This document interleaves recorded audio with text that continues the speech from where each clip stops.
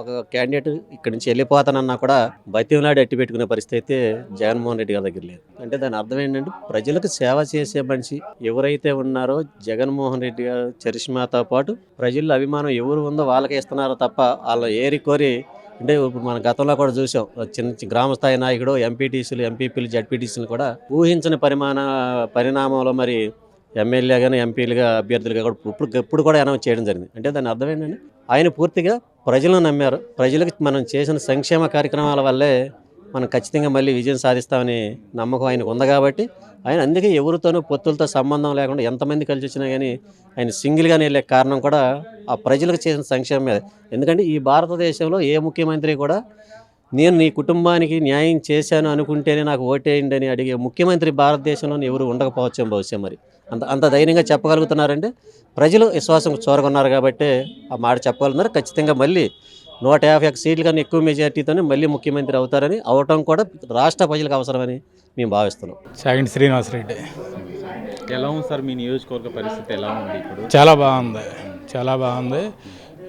ముఖ్యంగా మాకు కృష్ణానదికి వరదలు వచ్చినప్పుడు పంట నష్టపరిహారం కృష్ణా జిల్లా మొత్తానికి 52 కోట్లు వస్తే ఒక్క మా తోటలూరు మండలానికి 27 కోట్లు ఇచ్చారు గవర్నమెంట్ నుంచి, రికార్డుగా ఎప్పుడూ లేదు అసలు.